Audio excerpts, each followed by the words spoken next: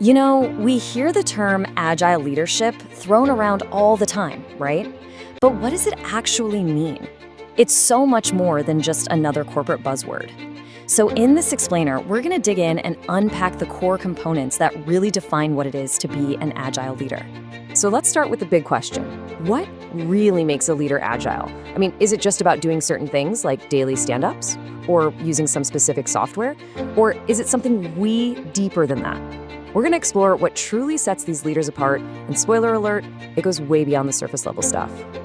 And here it is.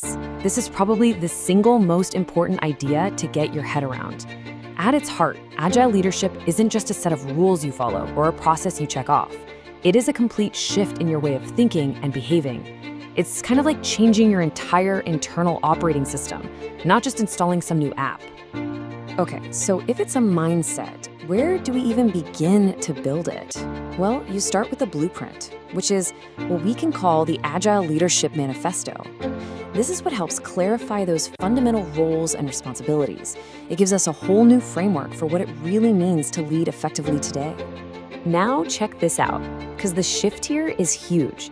The traditional manager, their world revolves around control, directing the work, acting as a gatekeeper for information, and managing people one-on-one. But the agile leader, they flip that script completely.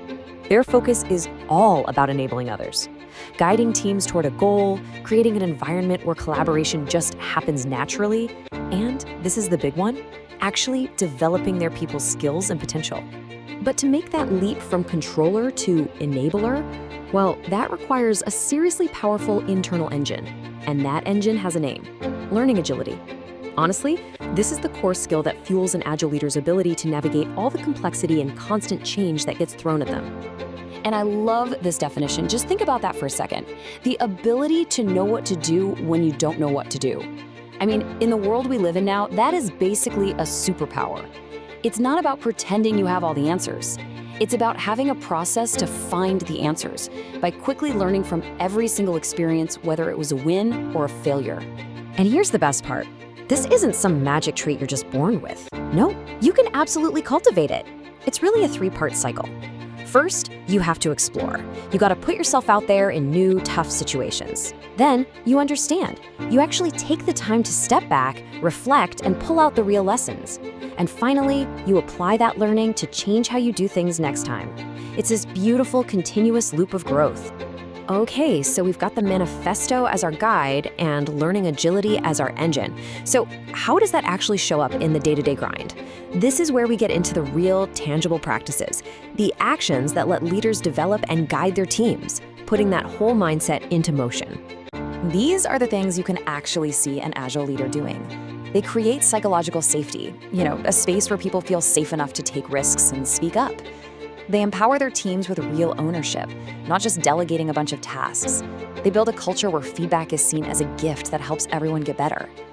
A huge part of their job is just getting roadblocks out of their team's way, and, maybe most importantly, constantly championing a clear vision that gives all the work real meaning.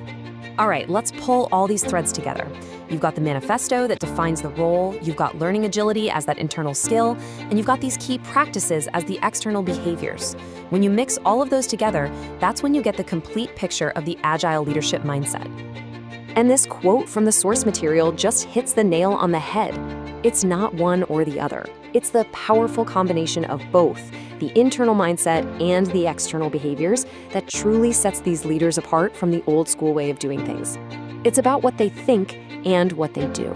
So, look, if you take away just one single thing from this, let it be this right here. The fundamental shift is from being a manager of tasks to becoming a developer of people. Your number one job becomes coaching, enabling, and building an environment where your team can absolutely crush it. So what's the first step?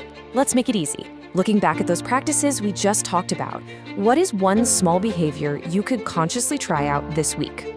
Could you maybe just ask your team, hey, what's getting in your way?